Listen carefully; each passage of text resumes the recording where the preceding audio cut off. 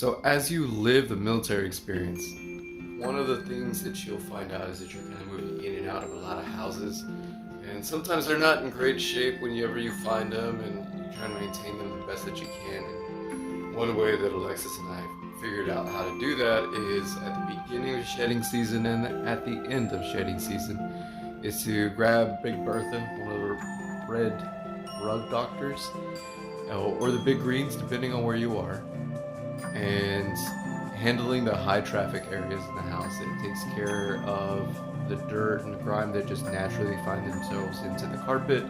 And while our pets are very well trained and they're very well groomed, it still accounts for any kind of hair or dander that they leave behind. So it is something to consider.